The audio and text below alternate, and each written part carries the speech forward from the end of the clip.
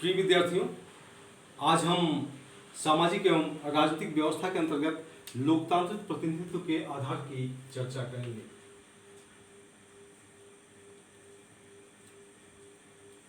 लोकतांत्रिक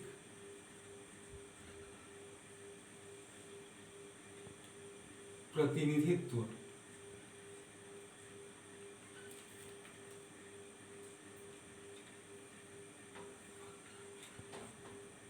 के आधार।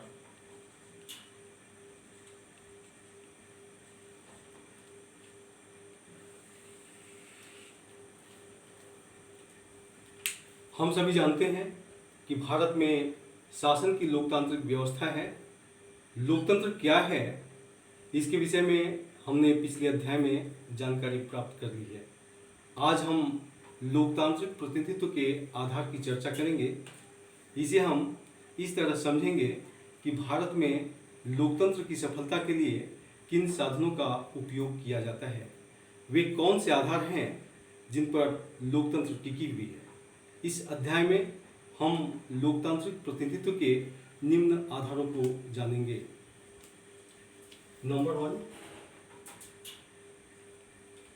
सार्वभौमिक वयस्क मताधिकार।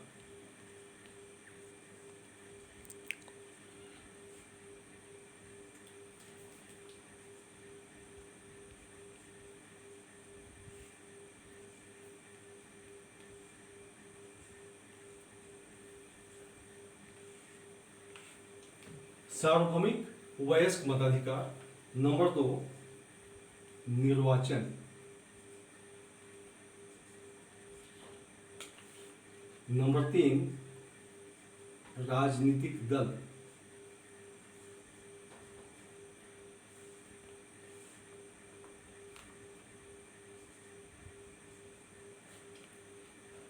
नंबर 4, सरकार।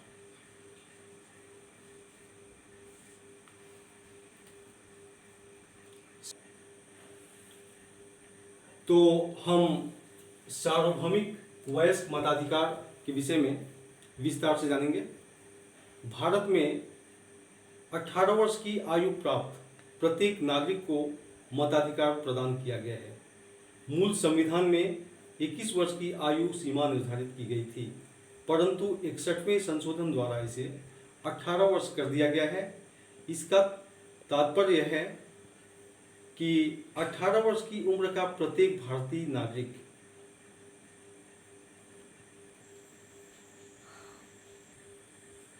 मतदान का अधिकारी है। मतलब ये हुआ कि नस्ल, जाति, वर्ण, धर्म, जन्म स्थान या लिंग के भेदभाव के बिना निर्वाचन में वह मत देने का अधिकारी है। इस तरह लोकसभा, विधानसभा एवं स्थानीय स्वशासन के लिए होने वाले चुनाव में वयस्क मताधिकार द्वारा प्रतिनिधियों का चुनाव होता है। नंबर 2, निर्वाचन। निर्वाचन भारत में प्रत्येक 5 वर्ष के अंतराल पर लोकसभा, विधानसभा तथा स्थानीय निकायों के चुनाव होते हैं।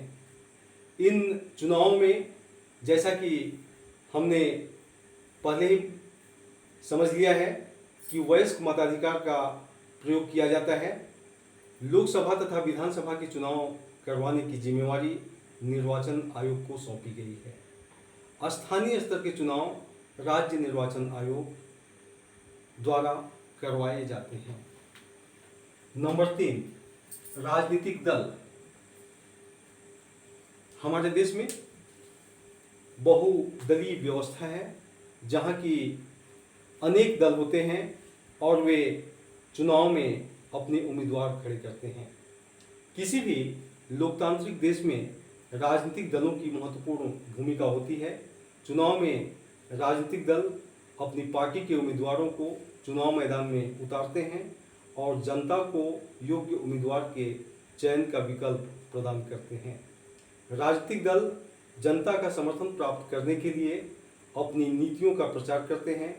चुनाव में बहुमत प्राप्त कर राजनीतिक दल सरकार का निर्माण करते हैं। यदि बहुमत प्राप्त न हो तो वे विपक्ष की भूमिका का निर्वहन करते हैं। कुछ राजनीतिक दलों को राष्ट्रीय राजनीतिक दल के रूप में मान्यता प्राप्त होती है। कुछ क्षेत्रीय दल होते हैं। हम राष्ट्रीय राजनीतिक दल के विषय में जानेंगे। जो भारत में राष्ट्रीय राजनीतिक दल हैं वे हैं भारतीय जनता पार्टी। हम सभी भारतीय जनता पार्टी को जानते हैं, बीजेपी या भाजपा के नाम से भी इसे जाना जाता है। अभी केंद्र में भारतीय जनता पार्टी के नेतृत्व में सरकार बनी हुई है और नरेंद्र मोदी भारत के प्रधानमंत्री हैं। कांग्रेस भी एक राष्ट्रीय राजनीतिक दल है। राष्ट्रवादी कांग्रेस पार्टी, बहुजन Samaj party, Bharatiya communist party, Marxwadi communist party, Trinamool Congress, national people's party, ये सभी राष्ट्रीय राजनीतिक दल हैं। हमारे झारखंड राज्य में कुछ क्षेत्रीय दल हैं, जैसे झारखंड मुक्ति मोर्चा, आजसू, राष्ट्रीय जनता दल। हम सभी जानते हैं कि झारखंड में जेएमएम झारखंड मुक्ति मोर्चा के नेता श्री हेमंत सोरेन मुख्यमंत्री हैं और कांग्रेस के साथ वह गवर्नमेंट फॉर्म किए हैं। इसके अलावा राष्ट्रीय जनता दल भी भागीदारी निभा रही है।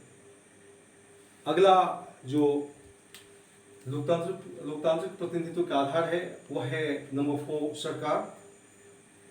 लोकतंत्र में सरकार की अहम भूमिका होती है। संविधान के दायरे में रहकर वह जन कल्याण का कार्य करती है। वह कई नई योजनाओं की शुरुआत भी करती है। जनता की आवश्यकताओं और अपेक्षाओं के अनुरूप वह नए कानून बनाती है और संविधान में भी यथेष्ट संशोधन करती है। तो इस तरह हमने लोकतांत्रिक प्रतिनिधित्व के आधार को समझ लिया है और निश्चित रूप से हमें इन तथ्यों को अच्छी तरह जानने के लिए अपनी पुस्तकों का भी अध्ययन करना चाहिए। ये सभी बातें आपकी पुस्तकों में लिखी हुई हैं और आप पुस्तकों का भी नियमित अध्ययन करना चाहिए तो सारे तथ्य बहुत ही स्पष्ट हो जाएंगे। धन्यवाद।